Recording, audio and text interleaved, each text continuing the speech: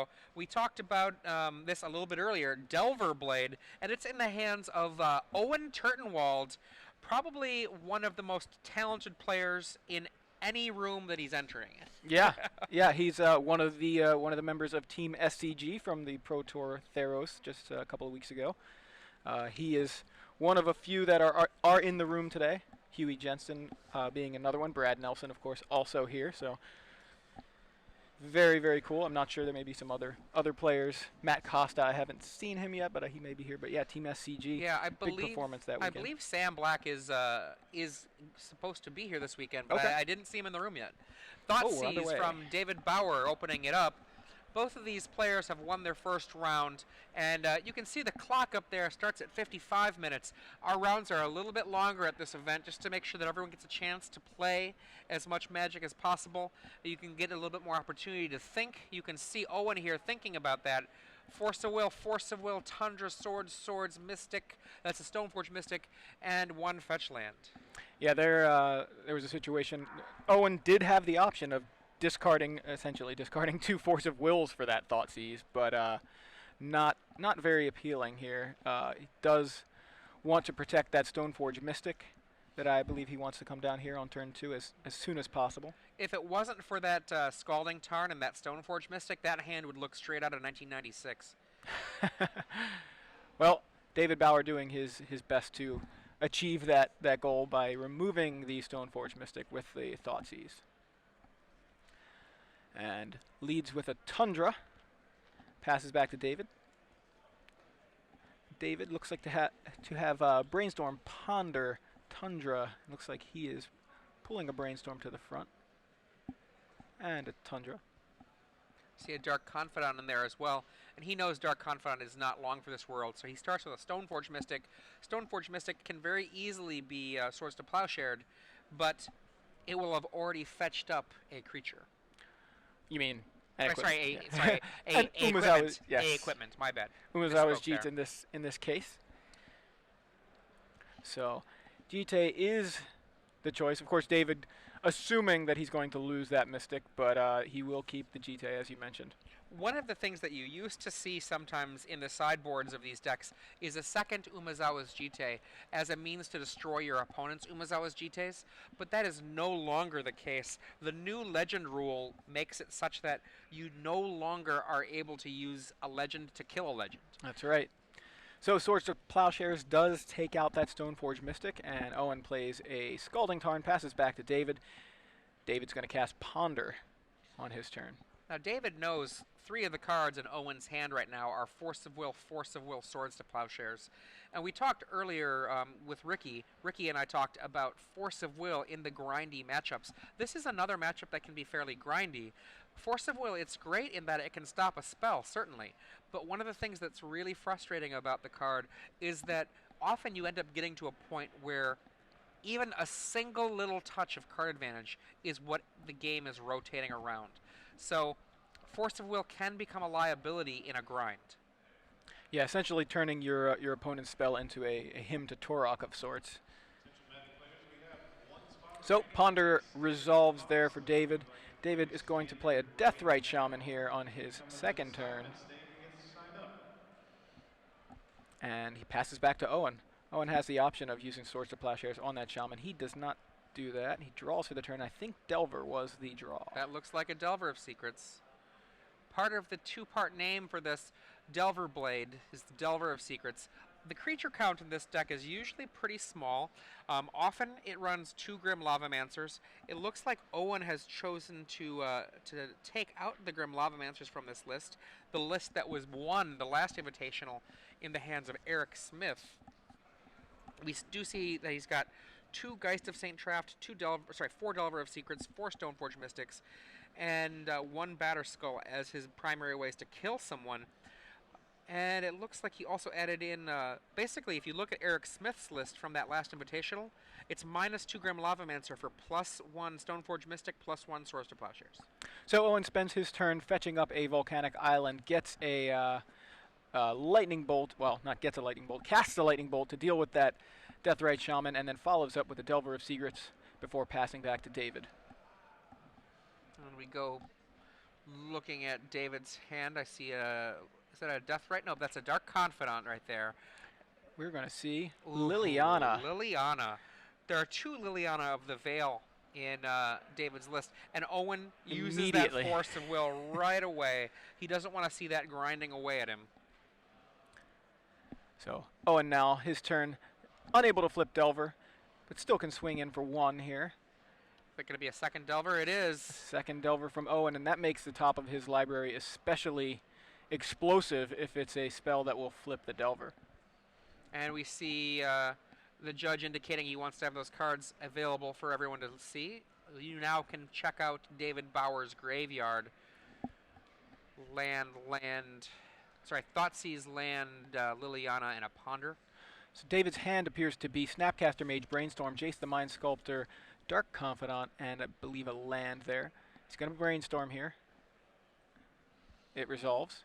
Main phase Brainstorm. We see a fetch in there. That's a good draw for him. Yeah, it was Polluted Delta, Wasteland, and another Brainstorm. Using the foil F&M Brainstorms. That's right. I think that's I believe that's the only way that you can get that artwork with the new frame, but I could be wrong. One of the things that's certainly the case. At this point in the game, there are so many promotional cards that have been printed over the years that, and also so many reprints, it can be very hard to keep track of all of the versions of art, all of the versions of frame. Yeah, now that I think about it, I think there's a Commander version of that artwork. But Wasteland is the land drop for the turn. David follows up with a Dark Confidant, and Cat uses that Wasteland, I believe targeting the Tundra there. It's interesting because he cast that Dark Confidant first. It's almost like he's baiting Owen. Swords to Plowshares this guy. And I wonder if Owen is thinking to himself, is that a trap? Okay, well, I guess even if it's not a trap, I still want to get rid of it. Yeah. And I kind of wonder if that was either a mistake or if it was David just trying to get that card out of Owen's hand. We see the Ponder. I know the secret. Say the 2 Delvers, and it's Ponder. Yeah, Ponder off the top will allow Owen to flip those Delver of Secrets into Insectile Aberrations, and now he can attack for 6. Now, the thing is, like you mentioned, David trying to bait out that Swords to Plowshares. I'm not sure what he's protecting. His only creature in hand right now is Snapcaster Mage. I'm sure he'd much prefer to have a Dark Confidant on the table than a Snapcaster Mage. Yeah, if that's the case, I think that was a wrong order of operations there. Owen is going to cast that Ponder. He finds a Stoneforge Mystic, a Brainstorm, and didn't quite see the 3rd card, but I believe it was the card for the turn. So Delver connects. Other Delver connects. So David Bauer taking 6 there. I'm sorry, Insectile Aberrations to be more precise. David's draw for the turn of Polluted Delta. We see the fetch. David gives his opponent the opportunity to do something. Owen declines. Yeah, it looks like 0 main deck Stifle in this list. 0 Stifle at all. That's another change between this list and Eric Smith's list. Eric Smith did run the full count of Stifles. Stifle's one of those cards that, for me, it's always super awesome or super awful. I've loved Stifle for a very, very long time. So I understand why people cut it sometimes, but it's just a card that I've always loved. Are we going to see Jace hitting the table? I mean, that would be kind of a throwaway Jace if it did. You drop the Jace and then not have it survive. So Brainstorm. Yeah, Brainstorm is the play from David. Finds Wasteland, Swords to Plowshares, Swords to Plowshares. That's a nice draw, actually. It's gonna looks like he's gonna put back Wasteland. Jace. Yeah, looks like actually he's gonna keep the Wasteland. Yeah, this gives him the ability to play around Spell Pierce. He can do double Swords to Plowshares and have mana up to pay for a Spell Pierce. So it looks like he's putting Snapcaster on top and then Jace second. Oh, he's switching back and forth here. But Oh, those look are the at 2 that. cards he's decided on. His- Jace and Snapcaster going back on top of His the face there, library. he's like, oh, this or that. Oh, I don't know. Wasteland's the only open mana from Owen Turtenwald, so even if there is a Spell Pierce in hand. Oh, and you see he pulls that back. There was already a fetch land played earlier. Owen, there we go. You see our first Swords to Plowshares on one of these Delvers here.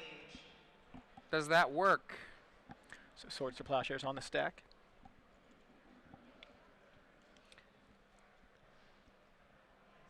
Okay, I think we're just taking a moment on the land question from earlier. Yeah, there was a fetch land. That was the first play David made for the turn. And then attempted to play a wasteland. So Swords to Plowshares, targeting Insectile Aberration. It resolves, so that Delver of Secrets is dealt with. And then it looks like he's doing this right away. Yeah, assuming that there is no Spell Pierce there, considering Owen. Well, I mean, Owen wouldn't have maybe cast the Spell Pierce there anyway. So either way, both Delver of Secrets dealt with, and Owen is left with an empty board. But he does have a threat. Here it comes. How about this guy? Stoneforge Mystic. And it works. Owen Turtenwald, you can find him on Twitter as Owen Tweetenwald, fetches up a Batterskull. This is the white Tarmogoyf, essentially, right? It's the same casting cost, converted mana cost as a Tarmogoyf, and finding a Batterskull kind of gives you access to a Tarmogoyf-like creature. And David now will play that Wasteland. And here comes the Snapcaster Mage. Snapcaster's going to get a Swords, get out of here, and now Owen with a Batterskull in hand, but far less than 5 mana. Yeah, so that Batterskull's going to be stuck in Owen's hand for quite a while. Wasteland will take out the Tundra. Owen left with a lone volcanic island as his lone permanent. We see another fetch, though. So Polluted Delta, the play for the turn. Owen passes back. David with a Snapcaster Mage at the ready. Jace in hand. Does he drop all 4 of his mana? He didn't see a Spell Pierce earlier. He didn't see a Daze earlier. Will he just go for it? Goes for it. Jace the Mind Sculptor. Do you have anything? And Owen says, yep. Yeah, sticking a Jace. Always a very key play in Legacy. And David's activating the ability, and Owen might respond. Remember, David is empty-handed here, and Owen's like, yeah, no response. Now, Owen was thinking about bolting in response, but with an empty hand, David could only draw 1 card, so a Force of Will wouldn't be able to save his Jace from the bolt. So David's draw off of that Jace, I believe, was a Deathrite Shaman. There's that bolt you mentioned. Owen does take out the Jace after getting hit with Snapcaster Mage, and David, I believe, passes the turn. Yeah. Now, you can look by just doing a kind of a count of cards. There are 5 cards in play for David Bauer versus Owen's 2, and David has the 1 card in hand. Owen lays a land to help out, but you can tell Owen is behind in resources pretty heavily here. So Owen passes back. David is going to... Oh, I'm sorry, that was an Inquisition of Kozilek. Not the Deathrite Shaman, I thought it was. I thought it was a Deathrite Shaman, too. And we see that he reveals the Batterskull, which David should actually have remembered was the 1 card left in Owen's hand. Yeah. So there you see Inquisition of Kozilek is not able to take the Batterskull. The converted mana cost has to be 3 or less. But very, very good card in Standard and in Legacy. I mean, when it was in Standard. And David Bauer here at 13 life. Owen Turtenwald at 21, now down to 19 after the Snapcaster Mage attacks. And we see Dark Confidant join the table. This is a card that Owen's going to want to get rid of right away, but unfortunately for him, his hand is now Batterskull and Spell Pierce. So Dark Confidant goes to work, gets a Liliana of the Veil, knocks David down to 10, and then David draws the Swords to Plowshares. So I think it's fair to say Owen Turtenwald with a blue-white-red Delver list and 4 lands in play, he's flooding out at this point. These Delver lists can survive on much lower mana count, and I think 3 lands is the max you usually want to have. And it's funny because he's also almost wanting to draw a 5th here just to have access to his Batterskull. Right. So the invitational cards are going to crash in Snapcaster Mage alongside Dark Confidant. Spell Pierce, perhaps? Boom, Spell Pierce. 1 card left in Owen's hand. It's a Batterskull. Owen hoping to Windmill Slam, I think, a land here to drop that Batterskull. And he finds a Swords to Plowshares. Yeah, I would main phase. There it goes. There, Dark Confidant down. Not let that get any more cards. Right. Snapcaster in play with 4 land versus 4 land and nothing for Owen. And Brainstorm off the top for David. Looks like that is... No, he's going with Snapcaster here. So Snapcaster, Thoughtseize you. So that will get rid of the Batterskull. And now Owen is not hoping the top of his deck is a land. Now I think he wants a Geist of St. Traft. He found not even that wouldn't Rainforest. even do very much for him because of the 2 Snapcasters. He probably wants a Stoneforge Mystic, actually. So Snapcaster into the red zone. Owen finds a Ponder. He's going to cast that here. 1, 2, 3 cards. Land. Let's get rid of them. Yeah, he's going to shuffle. Get a random card off of that Ponder.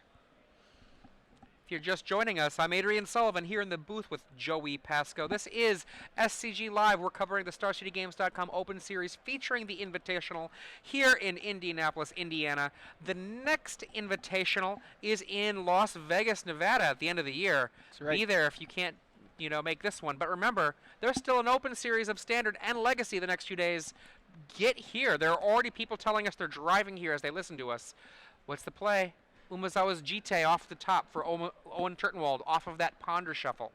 Yeah, Naked Jite, not super impressive for Owen right here at this point, but if he can get a creature to pick it up, he'll be in much better shape. So Snapcaster into the red zone yet again for David. Owen down to 5 now. Polluted Delta is the land drop. David passes back. Owen untaps, finds Spell Pierce. His hand, Spell Pierce, Misty Rainforest. Not looking great for Owen, although he is not out of... he's not out of this game just yet. Down to 1. Pass. And he finds a wasteland. There we go. Scoop him up. To the sideboard, Owen Turtenwald's list. Wow, okay. What does he have? Well, he's got Blasts, Pyroblast and Routed Elemental Blast, which have some use. He has another Geist. He has Vendilion Click. He's got Sword of Feast and Famine, Wear Tear, Grim Lavamancer, Path to Exile, Grafdigger's Cage, and Rest in Peace in his sideboard. But he's playing here against kind of a mid-rangey control deck. I do like his Pyroblasts as an option to fight against Snapcaster Mages, Brainstorms, Ponders, and just like random counter spells that his opponent might have. And I also like Geist of St. Traft. If he can keep the board clear, it's very, very hard for his opponent to actually interact with Geist of St. Traft. Vendilion Click, another good card to help clear the hand of useful things, particularly in a Stoneforge Mystic matchup. Sword of Feast and Famine, also very good in this kind of grindy matchup. Wear Tear, I also like against a Stoneforge Mystic opponent. Finally, I like the Grim Lavamancer because it basically kills every creature in David's deck. Now, that is a lot of cards to bring in. Yeah. Well, he could just bring them all in and not side anything out if he wanted. That's true. Actually, I did this at the Grand Prix last week. Just played 75 straight No, up. well, I played 61 twice after sideboarding. Because with the new rules for sideboarding, you have to register a 15-card sideboard or... pardon me, that's incorrect. You can register a less large sideboard, but the thing is, you don't have to sideboard out everything. As long as you've got a 60-plus card deck, you are good to go. So he could do something like that. I do think that the Force of Wills is a pretty easy card to get out of here. I agree. And other than Force of Will, the rest of it, maybe Daze might be a card to get out of here because the game might go too long for Daze to take any real impact on the game. That would be 8 cards. And with, let's say, Geist, Vendilion Click, Sword, Wear Tear, Grim Lavamancer, that's 5 cards, and then 3 Blasts. That's 8 cards. On the other side of the table, David's sideboard is 2 Supreme Verdict, 2 Flusterstorm, 4 Force of Will. He has those in the board there. 1 Vendilion Click, 1 Sword of Feast and Famine, 2 Lingering Souls, a Disenchant, and 2 Surgical Extraction. I think here for David, I'm liking the Disenchant for those artifacts, and I like the Flusterstorms to deal with Owen's deck. Very, often runs off very little mana. Flusterstorm usually going to get the job done there. A Vendilion Click also like that one. These players here deciding exactly what they want to do. And if you're just tuning in, you're just in time to catch Game 2 of Round 2 of the StarCityGames.com Open Series featuring the Invitational live from Indianapolis. I'm Joey Pasco in the booth with Adrian Sullivan. And yeah, we've got quite an exciting weekend coming up. As you kind of mentioned, This is the Open Series featuring the Invitational. The Open Series is still happening this weekend, so Absolutely. if you are within driving or flying distance, which I think just means if you're on Earth, uh, if you're in the distance in range to make it to the event, you can come out and play Standard tomorrow in the Open. You can play Legacy on Sunday, and you can play in a number of side events. The Ascension Immortal Tournament also happening on Sunday. Sunday at noon. Winner gets their likeness on a future Ascension promotional card, $250 Amazon gift card, and an exclusive playmat. You can check out our invitational fact sheet page on StarCityGames.com for more info on that one. If you were watching the background, you could see Riki Hayashi walking amongst the competitors in the background. He has left that area, but one of the things that I hear from our director, Jesse, our scouts and our sources tell us that Brad Nelson has won his second round. Brad Nelson is playing the Sneak and Show deck. Yes. That really, I think, kind of came to prominence last year. And that was, I think I first saw it really start hitting the scene really hard right around the time when I think Cedric Phillips started doing commentary. If I remember correctly, you and Cedric were doing commentary at Origins in Columbus when there was a ton of Sneak and Show, as well as one of the big tournament debuts, not the debut, but one of the big tournament debuts of the Shardless Bug deck. Yeah, I remember Gristlebrand being big that weekend as well. Yeah, I think convinced Darwin Castle to start playing that list because I was playtesting for the Star City Games Open Series in Columbus, and Darwin was there promoting Ascension, and he was there basically as one of the Ascension guys, and I handed him the Shardless, not the Shardless, I handed him the Sneak and Show list, and he proceeded to kick me one way up the street and then back down the street with it, and the deck I chose to play, I just lost every match to him. Maybe I should have picked the other deck. All right, looks like the players have shuffled, and we're underway here in Game 2. Owen Turtenwald going to lead with a Volcanic Island into a Ponder. And we see, looks like Grim Lavamancer, a very powerful weapon in this matchup. A land, and I didn't catch the other one. It looked like a blue spell to me. And he keeps it, and I believe he now has a... he's going to have a Grim Lavamancer on turn 2, most likely, unless he casts one of his many 2-drops. He does have a Stoneforge Mystic in hand as well. Yeah, the Stoneforge Mystic is a great drop on 2. You don't need to lay the Grim Lavamancer right away. So David Bauer leading with a fetch land. That's a Flooded Strand. Going to find us... Let's see. Looks like he goes with an Underground Sea. David's turn. What do you think? Thoughtseize here? Looks like a Thoughtseize open. Could be a Deathrite Shaman. Could be. Or an Inquisition, as we saw that last game. Inquisition pretty good. And there it is. It is Inquisition. So we're going to lead off with that, says David. Owen gonna have to show us what he's got or answer the Inquisition. There is the possibility of a Daze in the mix. Even if Owen doesn't have the Daze, him pausing like this is one of those things just to remind his opponent that Dazes exist. There it is. That's a nice way to remind his opponent that Daze exists as well. Just cast it. Cast it, yeah. And he draws a Daze off the top, too. He of course, knew that was there off of that Ponder. He's going to play Wasteland, and we've reset the board entirely. 0 permanents in play here. David's going to cast a Deathrite Shaman here on his second turn off of a Tropical Island, and Volcanic Island Lightning Bolt is Owen's response. This is one of the things we see happen in Legacy all the time.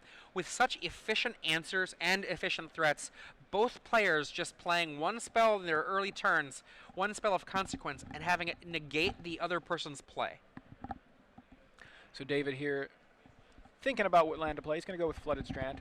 He's going to cast a Brainstorm off of his Tropical Island. And what does he find? Looks like Flooded Strand, Stoneforge Mystic, and Underground Sea off of the top of that Brainstorm. So he's going to put back, looks like a Caracas. His hand looks like a lot of lands. He's got a Brainstorm, he's got a Swords to Plowshares, he's got a Stoneforge Mystic off of that Brainstorm. He may have double Stoneforge, but I'm not quite sure about that. And then 3 lands.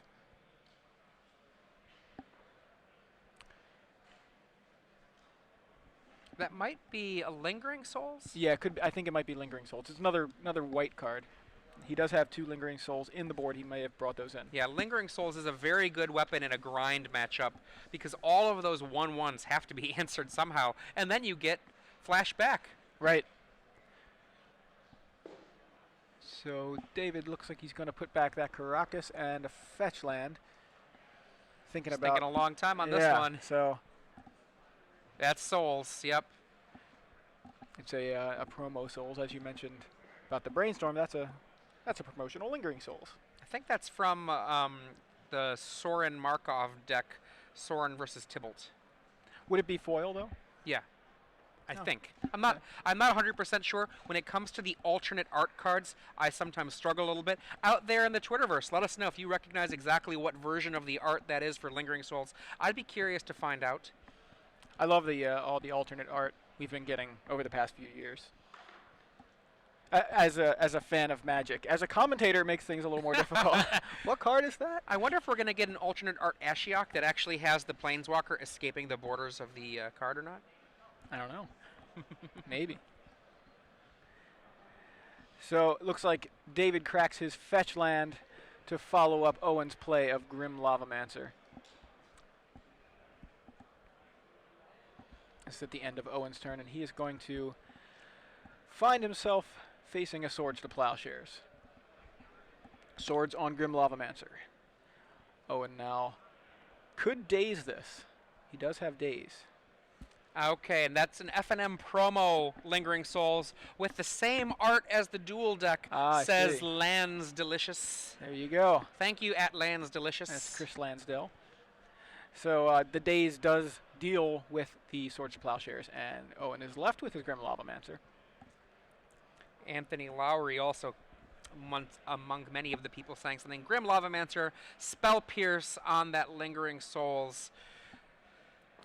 Look at that, 1 mana from Owen Turtenwald, but he has a first permanent that does anything down.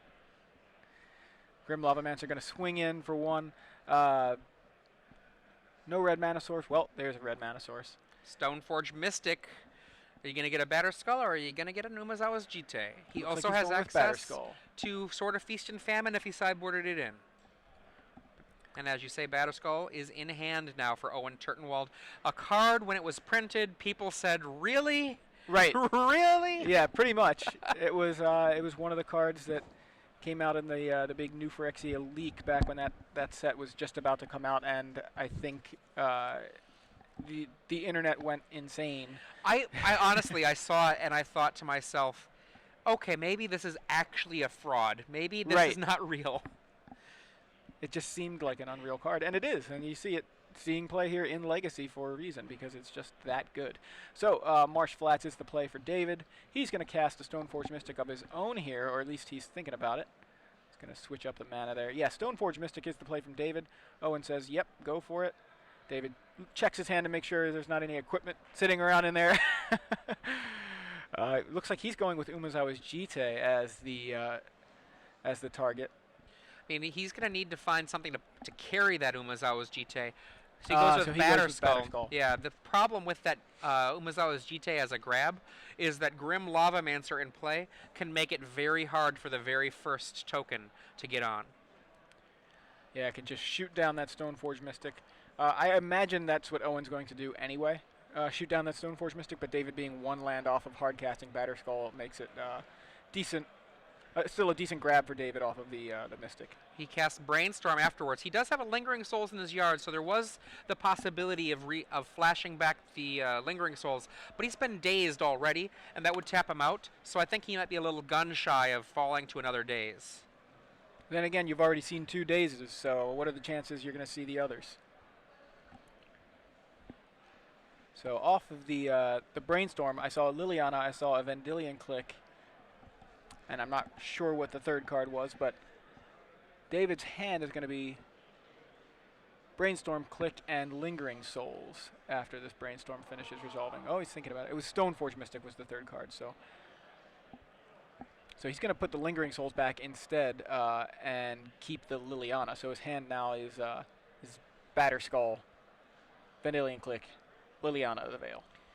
And now Owen is in a position that is very enviable. He's got more relevant cards on the table, that Grim Lavamancer will be able to shoot down his opponent's And creature. that's There it immediately goes. what he does, yeah. And if he gets another land here, which he has in hand, then he can activate that Stoneforge to get a Batterskull down. You see him do this right away rather than let his opponent untap, and you might wonder why. You can do that as an instant. Well, end of your turnitis kills, folks. One of the things that can happen, you can activate your Stoneforge Mystic, but if they cast a Vendilion Click or anything like that, or if he stifles, that would be a moment where he wouldn't necessarily be able to get the Batterskull down. Right. Particularly if a Vendilion Click put it to the bottom of the library. A stifle you can always try again next turn, but Owen realizes there's not really much reason to wait. Supreme Verdict is one of the only potential reasons. Right. And Supreme Verdict is in David's board. It's a 2-of. So it's certainly a possibility, although we haven't seen one yet in David's hand or in this match. So David fetches at the end of Owen's turn, finds a Tundra, draws for the turn, finds a Thoughtseize off of the top. So he's got a number of ways to find out what's going on in Owen's hand. He's got Thoughtseize, he's got Vendilion Click. The one and only Brian Kibler says on Twitter, Batterskull really was actually the title of my first article talking about that standard format. And then he gives a little tongue, like, and I'm with you, Brian. Yeah. Really? And you can see it in play here on Owen Turtenwald's side of the board. A Thoughtseize comes maybe a little touch too late for David Bauer to influence the game like he'd like. And look at that hand. Land. Thanks for the free shock, says Owen. Stoneforge Mystic off of the top for Owen. He's already got one active. Thanks for the note, Brian. I had forgotten about that article, but I remember it now. One of Brian Kibler's fellow Hall of Famers is here. That's William Jensen. That's right, baby. And William Jensen, a favorite, I think, to do very well in this event.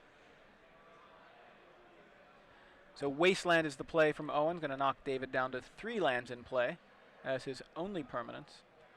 We see a response here, Vendilion Click, and I think he might be thinking about targeting himself. There's only one fresh card for Owen, and he does. He puts a Liliana of the Veil to the bottom. Draws a Polluted Delta. And now Wasteland finishes resolving, leaving David with just 3 lands. Stoneforge Mystic, the follow-up play from Owen. Ouch. And look at this. He's still got that Grim Lavamancer. That Grim Lavamancer is owning the board. If he wants to, he can kill that Vendilion Click at will. I imagine we'll be seeing that momentarily. Another note from Twitter. Cedric Phillips now 2-0. Ooh, the Goblins doing some work. And there you go. Grim Lavamancer takes out the Vendilion Click. Owen smashes in with his Germ token holding a Batterskull and his, for all intents and purposes, Squire. Yes. And David says, you know what, I cannot get out of this. Let's try for game 3. Perhaps he'll try a slightly different sideboard plan. Perhaps he'll stick with it. Owen goes to the sideboard. One of the reasons you might see someone going to the sideboard is perhaps things did not play out like they wanted to. You know, I like to invoke the names of people who say, I think, very smart things. But one of my favorite comments that a player has made in a while, again, I already mentioned him earlier, Brian Cole, he said, you know, sideboard guides, they're not very useful because you don't sideboard against a deck, you sideboard against a player. That's right. You sideboard against what a player plays like, you know? When the player plays in such a way that you realize, oh, sure they're a red deck, sure they're an aggressive deck, we'll use standard red as an example, but they sure are coming out more slowly, and it seems like they hold back more. That influences your choice of how to sideboard. You might play very much the same way, or you might shift your own choices as a result. And for Owen here, not only is he now going to be on the draw, which influences certain things, perhaps dazes are less valuable, right? But also, he has certainly seen some behaviors from his opponent that perhaps Owen feels like mean other cards are going to be more valuable. And so we see Owen going to the sideboard. It could just be that it's a switch because of the play or the draw. A card like Daze might be far more valuable on the play, which, you know, makes sense since you're going to be ahead in mana. Or it could be that he's seeing something out of how David sideboarded or plays to change his own mind about what's valuable. Absolutely. And you see both players now shuffling up. If you're just tuning in, I'm Joey Pasco in the booth with Adrian Sullivan, coming to you guys live from Indianapolis, where the Star City Games Open Series featuring the Invitational is underway. We're headed to Game 3 here in round 2 of 16 total rounds. We're going to have 8 rounds of Legacy, 8 rounds of Standard, split up over the over the Swiss rounds. So we've got 4 Legacy for you today, and then 4 rounds of Standard later on. And then we're going to have the same thing tomorrow, and our top 8 will be Legacy. Yeah. So, kind of interesting. I think I heard you and Ricky talking a little bit about this, but we've got that new Commander set coming out soon, and those True cards Name Nemesis. Right. Those cards are legal for Legacy. I mean, I don't know if we have True Name Nemesis in our system or not yet, because it's not actually officially released yet. It's not something that is in stores yet, I don't believe. Right, no, not yet. But wow, True Name Nemesis. Will that make Merfolk real again? If you don't know what True Name Nemesis is. Baby Progenitus, I've heard it. Wow, that's nice. Baby Progenitus. Blue 1 for a 3/1 Merfolk Rogue, I think. I'm not sure about the subtype. About the Rogue. It's a Merfolk, though. But it's a Merfolk. And protection from a player, which means as they have written protection from player, your spells can't target it. Right. And your creatures can't block it. Right. Yeah, it's like unblockable hexproof, essentially. It's kind of like what it's got. Yeah, and I'm told that once we have those in the system, that will be something we can show you. Right. But they're not even available for sale yet, so. Yeah. The other card that I thought was interesting was the white card. It's white X. For some reason, I'm having trouble remembering the name, but it's white X, and it's essentially put target permanent on top of its owner's library, X cards down. Ouch. So we'll talk about that in a bit. Deathrite Shaman starts off this with a. That's always a sick play to me. Underground Sea into Bird of Paradise. I mean, it's not literally Bird of Paradise, but when you can be a black-blue deck and start off with that is just so gross. No land in a graveyard to make the Deathrite Shaman do anything. That's right. So it's not a Bird of Paradise in this instance. But Caracas is the second land drop for David Bauer. Owen with just a Tundra. And he could have. He has a fetch land in his hand. He could have had access to that extra mana should he want it. He chose to go another route. Wonder if it was an accident. But he's going to go ahead and cast a second copy of Deathrite. No, he's going with a Dark Confidant here. Well, it looks like he's trying to make that decision. He's going with second Deathrite. So Deathrite Shaman, the plays from David on his first 2 turns. One of the reasons he might not have gone with the fetch land, Delver Blade, as played by Eric Smith, runs Stifle. Right. And even though Owen Turtenwald is playing that archetype, he's playing 0 Stifles, so. Yeah, David's still playing around it, though. You can see the. That's the value of playing a list that's slightly different than other people, the established lists, where people will actually play around cards that you aren't even playing. One of the things that might end up being a cost to no Stifles is if he plays against Death and Taxes, not being able to stifle Mother of Runes is going to be a huge deal. So Owen just plays a land and passes. David plays a third land in the form of a Marsh Flats, and looks like he's trying to decide what he wants to do. He's going to go ahead and at least it looks like a Dark to Confidant. cast a Dark Confidant. He's going to go ahead and attack first with one of the Deathrite Shamans. Owen says, all right, hit me with the little skull. Dark Confidant. And that was not even the one he put forward. He's got a second one in his hand. Ah, yeah. That was coming from the back of his hand there. You can see a Liliana, Dark Confidant, and a land. Tropical Island there, I think. Yeah. Owen Turtenwald fetching. He is fetching. But he's also cracking a fetch line. Owen Turtenwald fetching, and I believe he's going to kill somebody. Is it going to be Bob? It Dead is. Bob. Now, Owen Turtenwald very famously won the Vintage World Championship in the finals against Dark Confidant himself, Bob Maher. And Bob Maher lost to his own Dark Confidant in play. So I do find it kind of fun. If you don't know why Dark Confidant and Bob Maher are synonymous, the image there, the likeness of Dark Confidant, at least the original Dark Confidant, is the likeness of Bob Maher, the Hall of Famer for one, but the invitational champion when back in the day you'd get your own likeness on a card. Interestingly, we have chosen to copy that, and we give you your own likeness on a token for winning a StarCityGames.com Open Series featuring the Invitational Championship money, and also immortality. That's right. So, Owen's going to cast a Stoneforge Mystic for his turn, fetching up an Umezawa's Jite, tutoring up an Umezawa's Jite.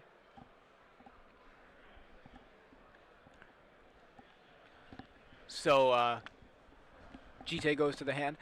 Just got a message. Sounds like our the commander decks that we were just referring to are going to be on sale very soon, but they are currently available for pre-order. Yeah, so what you can do, you can actually put it in your basket, pick it up, and it'll ship to you whenever it gets in. That's right, as soon as they're available. November 1. That's coming. That's right around the corner. Yeah, that's right after Halloween. That's right. It is. Immediately following Halloween. That sounds like a nice treat. Give yourself a treat right now. I like it. Yeah. Celebrate Halloween a little late. Just a day late. So, fourth land for David Bauer is that Tropical Island that we saw in his hand earlier. He's going to tap 3 lands, cast Liliana of the Veil, says sacrifice a creature, Stoneforge Mystic goes away. This is a rough spot for Owen. Wow. And I believe there's a Dark Confidant still in hand. He can cast it. Yep, there it is. He can cast it. Oh, no. He's choosing just to go on in. I would be aggressive here. I liked the Dark Confidant. I like putting the Dark Confidant in play. Liliana is never happier than when she's got Bob on her arm. Owen taps 3 lands of his own, and a Geist of St. Traft makes its first appearance in the match. Now, Lily is a great answer to Geist of St. Traft, but she's already been dropped down to 1 loyalty, so it'll take 2 turns before it would be able to potentially kill the Geist. Look at that land. So David here is going to tick up the Liliana. Owen discards a Spell Pierce. David discards a Tundra. So David with 4 lands and 2 Deathrite Shamans and a Liliana of the Veil in play. Owen with 4 lands and a Geist of St. Traft in play. Owen at 13, David at 19.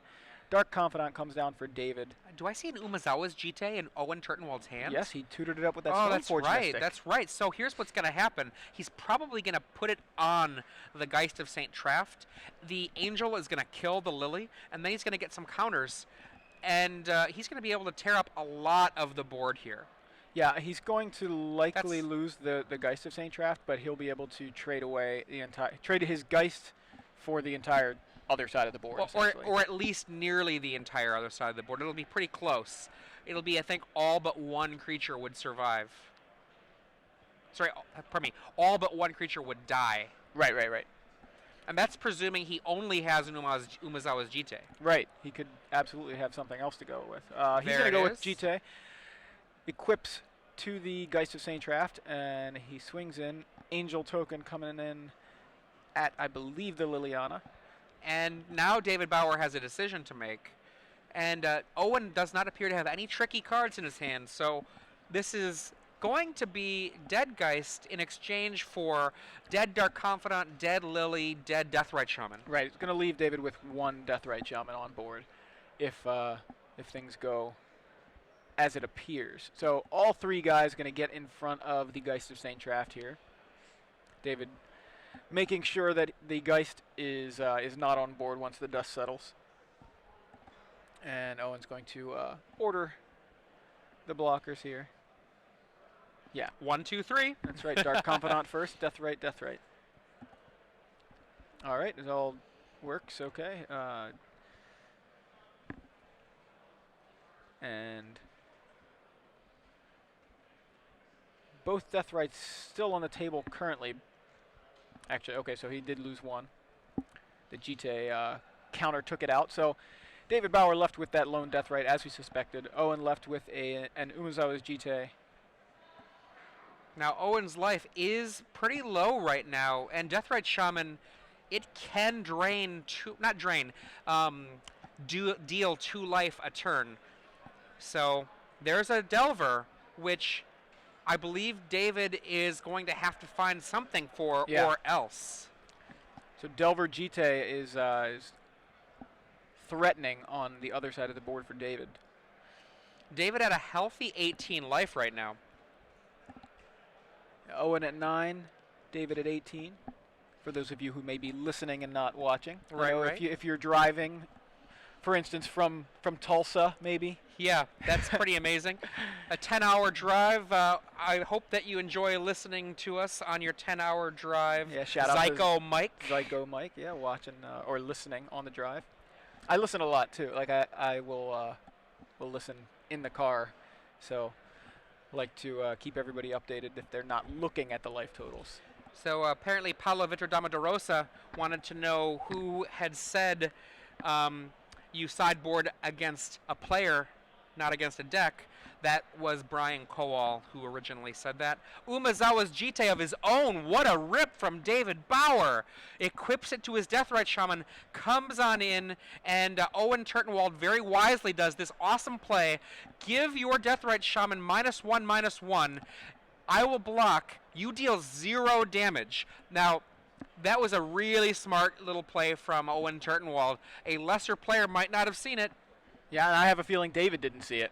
Owen's going to go ahead and equip his Delver with that Jite, swing in for 1 because it did not flip, but Owen follows up with a second copy of Delver of Secrets. The board now is David Bauer at 17 life and 5 lands in play alongside an Umezawa's Jite, completely naked, no creatures, no counters. Owen Turtenwald at 9 with 5 lands of his own, 2 Delver of Secrets, 1 holding an Umezawa's Jite with 2 counters on it.